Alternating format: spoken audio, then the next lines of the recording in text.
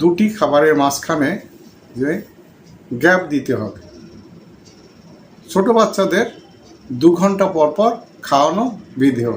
এবারে শিশুদের বয়স, ছোটদের যখন বয়স যত বাড়বে তত বয়স অনুযায়ী আস্তে আস্তে গ্যাপটাও বাড়িয়ে দিতে হবে। অযথা জোরাজুরি করা চলবে না।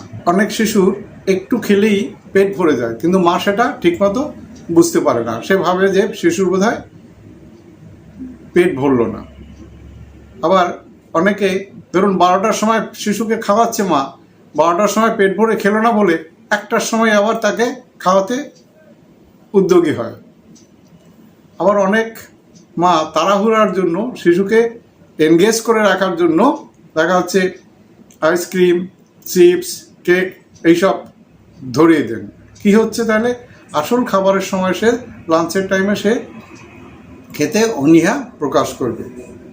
কিছু কিছু জটিল রোগের ক্ষেত্রে সত্যিই খেতে অনীহা থাকতে পারে। যেমন ছোট শিশুদের ক্ষেত্রে যদি জন্মের সময় সে কোনো বড় রোগে ভোগে, সে সেই রোগ থেকে সেরে উঠলেও তার সেই নর্মাল ক্ষুধা যেটা, খাবার ইচ্ছা, সেটা থাকে না।